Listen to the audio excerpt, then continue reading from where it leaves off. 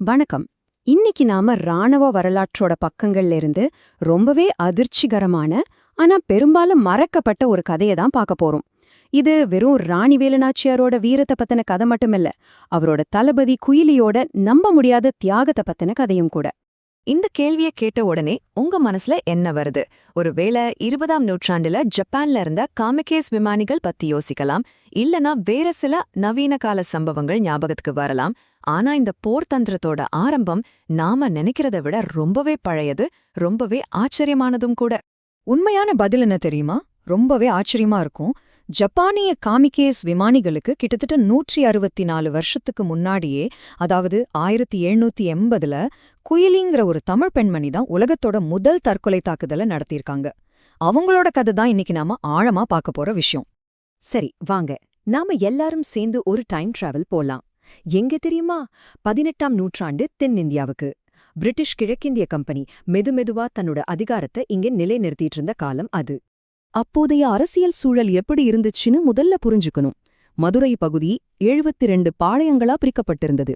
ஒவ்வொரு பாளையத்தையும் ஒரு பாளையக்காரர் ஆண்டிட்டு வந்தாங்க. நம்ம ராணி வேலுநாச்சியார் ஆட்சி செஞ்ச சிவகங்கை ராஜ்யமும் இதுல ஒன்னு. இந்த அமைப்பு தான் பிரிட்டிஷ்காரங்க ஒருத்தருக்கு எதிரா நிறுத்தி தங்களோட ஆதிக்கத்தை நிலைநிறுத்த ரொம்ப எளிதா இருந்துச்சு. பாருங்க, இந்த காலகட்டம் ராணி வேலுநாச்சியார் வாழ்க்கையில ஒரு பெரிய திருப்புமுனை. பிரிட்டிஷ்காரங்க அவரோட கணவரை கொன்னு ராஜ்யத்தை கைப்பற்றிட்டாங்க. ஆனா அவங்க சரணடையல. 8 வருஷம் தலைமறைவா இருந்து ஒரு பெரிய படைய திரட்டி தன்னோட ராஜ்யத்தை மீட்கறதுக்காக ஒரு பெரிய போருக்கு தயாரானாங்க. அந்த மீட்பு போரோட மையப்புள்ளி யாருன்னு கேட்டா, அதுதான் நம்ம தளபதி குயிலி, ராணியோட மிக நம்பிக்கைக்குரிய தளபதி. குயிலியோட கதை வீரத்தை மட்டும் சொல்லல, அவங்க எப்படி சமூக தடைகளையெல்லாம் உடைச்சு முன்னுக்கு வந்தாங்கங்கிறதையும் சொல்லுது. அவங்க ராணியோட உயிரை காப்பாத்தினது மட்டும் இல்லாம தன்னோட விசுவாசத்தையும் திறமையையும் நிரூபிச்சாங்க. இதனால மத்தவங்க எதிர்ப்பு தெரிவிச்சும் கூட வேலு நாச்சியார் அவங்கள பெண்கள் படைக்கு தளபதியா நியமிச்சாங்க. இந்த ஒரு வரி அந்த காலத்துல எவ்வளோ பெரிய புரட்சிகரமான சிந்தனைன்னு பாருங்க. ராணி வேலு நாச்சியார் தகுதிய மட்டும்தான் ஒரு அளவுகோலா பார்த்திருக்காங்க. குயிலி மேல அவங்க வச்சிருந்த நம்பிக்கை எல்லா சாதி கட்டமைப்புகளையும் தாண்டி இருந்திருக்கு. இப்போதான் கதையோட முக்கியமான கட்டத்துக்கு வரோம். எதிரிய அவங்க கோட்டைக்குள்ளேயே எப்படி வீழ்த்துறதுன்னு குயிலி ஒரு மாஸ்டர் பிளான் போடுறாங்க. சவால் சாதாரணமானதில்ல. எதிரியோட மொத்த பலமும் அவங்க ஆயுத கிடங்குல தான் இருக்கு. அதுவும் எங்க? சிவகங்கை கோட்டைக்குள்ள, ராஜராஜேஸ்வரி கோவிலுக்குள்ள ரகசியமா வச்சிருக்காங்க. அத அழிக்காம ஜெயிக்கவே முடியாது. குயிலியோட பிளான் வெறும் கத்தி துப்பாக்கிய நம்பி இல்ல, அவங்களோட புத்திசாலித்தனத்தை நம்பி இருந்துச்சு. வருஷா வருஷம் நடக்கிற விஜயதசமி திருவிழா கூட்டத்தையும், அன்னிக்கு பெண்கள் மட்டும்தான் கோயிலுக்குள்ள போக முடியுங்கிற விதியும் தனக்கு சாதகமா பயன்படுத்திக்கிட்டாங்க. இப்போ அந்த வரலாற்று நாள் வருது. 1780ஆம் வருஷம் விஜயதசமி அன்னைக்கு வரலாறுல அதுவரைக்கும் யாரும் பார்க்காத ஒரு தியாகம் நடக்கப் போகுது. சூழல் ரொம்பவே பதட்டமா இருக்கு. திருவிழா கூட்டம், பக்தி பாடல்கள். இதுக்கு நடுவுல ராணியோட உடையாள் படைவீரர்கள் பக்தர்கள் மாதிரி வேஷம் போட்டு தங்களோட உண்மையான நோக்கத்தை மறைச்சுக்கிட்டு கோட்டைக்குள்ள நுழையறாங்க. அப்போதான் யாரும் எதிர்பார்க்காத ஒண்ணு நடக்குது. குயிலி அங்கிருந்த பக்தர்களோட விளக்குல இருந்து நெய்யையும் எண்ணெயும் வாங்கி தன் உடம்பு மேலேயே ஊத்திக்கிறாங்க. ஆமா, அவங்க தன்னைத்தானே ஒரு உயிருள்ள ஆயுதமா மாத்திக்கிட்டாங்க.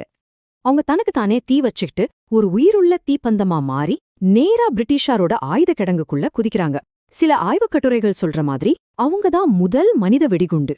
அந்த நெருப்புல பிரிட்டிஷாரோட ஆயுதங்கள் எல்லாம் வெடிச்சு சிதறுது. யோசிச்சு பாருங்க, ஒரே ஒரு வீராங்கனை பிரிட்டிஷாரோட மொத்த ஆயுத கிடங்கையும் தரைமட்டமாக்க போதுமானவரா இருந்திருக்காங்க. ஒரு தனி நபரோட தியாகம் ஒரு போரோட போக்கையே மாத்திருச்சு.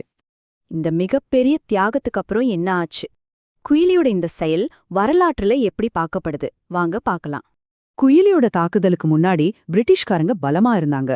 ஆனா அதுக்கப்புறம் அவங்க ஆயுதங்கள் இல்லாம நிராயுத பாணியா நின்னாங்க. இந்த ஒரு மொத்த போரோட தலையெழுத்தையே மாத்திடுச்சு. இதனால வேலுநாச்சியார் தன்னோட ராஜ்யத்தை மீட்டு வரலாற்று சிறப்புமிக்க வெற்றியை பெற்றாங்க. இந்த சிவகங்கை போருங்கிறது ஒரு சாதாரண வெற்றி இல்ல. நம்மில் பலரும் 1857 சிப்பாய் கழகத்தை தான் முதல் சுதந்திர போருன்னு நினைப்போம். ஆனா அதுக்கு 77 வருஷத்துக்கு முன்னாடியே பிரிட்டிஷுக்கு எதிரா ஒரு மிகப்பெரிய வெற்றிய வேலுநாச்சியார் சாதிச்சிருக்காங்க. இது இந்தியாவோட காலனித்துவ எதிர்ப்பு வரலாற்றிலேயே ஒரு முக்கியமான முன்னோடி நிகழ்வு. ஆனா இவ்ளோ பெரிய தியாகம் செஞ்ச குயிலியோட பேர் ஏன் நமக்கு சரியா தெரியல? இதுக்கு பல காரணங்கள் இருக்கு.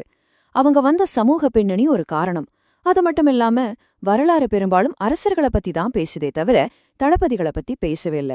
அவரோட கதை ஏட்ல எழுதப்படாம நாட்டுப்புற பாடல்கள் வழியாதான் நம்ம தலைமுறைக்கு வந்து சேர்ந்திருக்கு.